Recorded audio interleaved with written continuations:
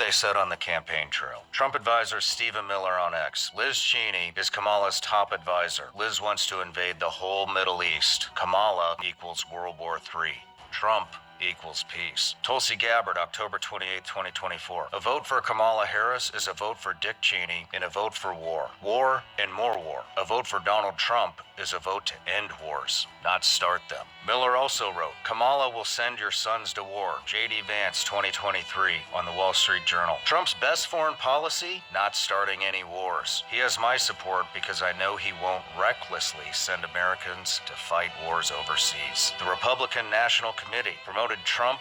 Vance is the pro-peace ticket. Trump on October 30th, 2024. They're all war hawks when they're sitting in Washington in a nice building saying, in quote, oh gee, let's send 10,000 troops right into the mouth of the enemy. Pete Hegseth, December 2025 speech. Our department will not be distracted by democracy-building interventionism, undefined wars, and regime change. Every single one of these things is a complete Don't forget, during the Biden administration, Trump said, this president is going to drive us into war because he doesn't know how to negotiate. Well, here we are. Here we are. The entire world is worried that we're going to go into World War III here. For good reason. There is so much to talk about with this whole Iran war. So many layers. I'm going to focus on three things. One, why would you say you're the peace president and that Kamala was going to wage war on Iran when you're the one doing that yourself? Two, what is this divine purpose stuff about? And three, our fearless leader calling the European nations cowards because they won't help him out with a war that he and Israel started. Okay, very quickly, I just can't get this out of my mind. Why would Tulsi Gabbard say that a vote for Kamala is a vote for war? Why would Donald Trump say that?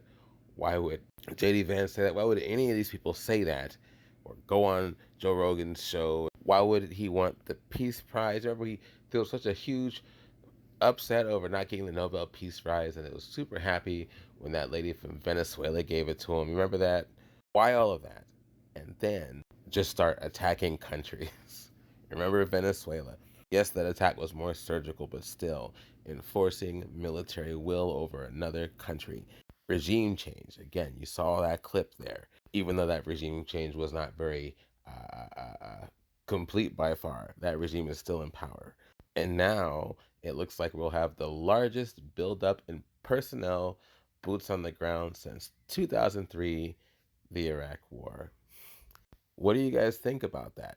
That doesn't sound very peaceful at all. That doesn't sound very peace president worthy of the Nobel Peace Prize, even in the slightest, resulting in people being attacked in the UAE and the Strait of Hormuz being closed off to the U.S. And now he has an ultimatum, which is up by tomorrow, by the way, where that if they don't agree to his demands and reopen it, he's going to attack their power plants. Not very peaceful at all. I'm not surprised. I'm not surprised at all. But I don't think I've seen any political figure be so contrary to the promises that they made during their election cycle. What do you think? Next thing, calling the NATO allies cowards. I just want to say, he bullied NATO allies so hard. You guys remember when he was like, you guys aren't doing your fair share. You guys are going to have to step your game up if you want the U.S. to stay and participate. Then he starts tariffing countries around the world, including NATO countries, bullying Greenland, threatening to take it over numerous times. And then he gets into a war that nobody wanted to get into outside of the U.S. and Israel. And then he starts begging them for help. And they don't want to do it. Why would you? Could you imagine? Picture a personal friend or family member.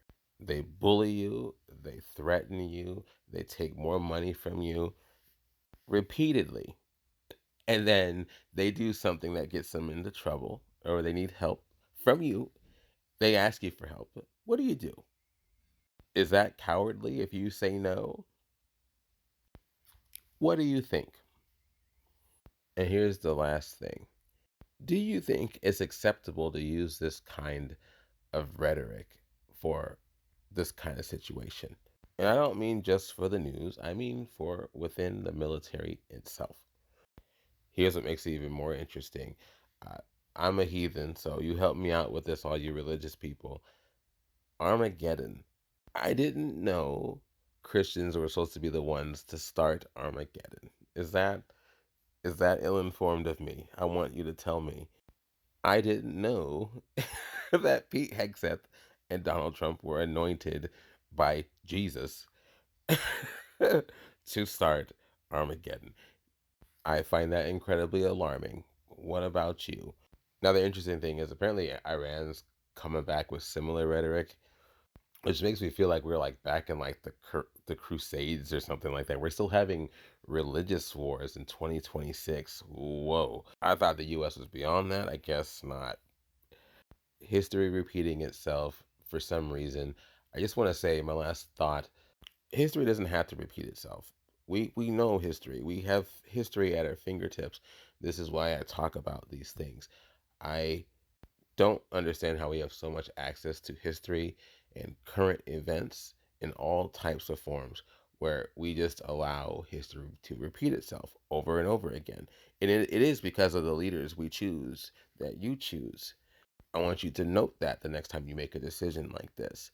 You don't have to make these decisions. You don't have to choose these people just because they say things that you like. Understand who they are and the patterns of which they have shown. Now, if you agree with their patterns and you're totally cool with this behavior, then I'm nervous about you too. After all, there's all kinds of people out there in the world. Some of us are operating with a few sandwiches less than a picnic basket. Okay. Okay. But for the rest of you, I still have hope in humanity and in people and this country. I'm just going to guess or hope that you are really believing in the things that he and his people were saying, and that maybe you might think this is a bit too far. Just some stuff to think about. Like and share if you like what I'm saying. Comment if you do or don't. Let me know what you think, and I will talk to you later.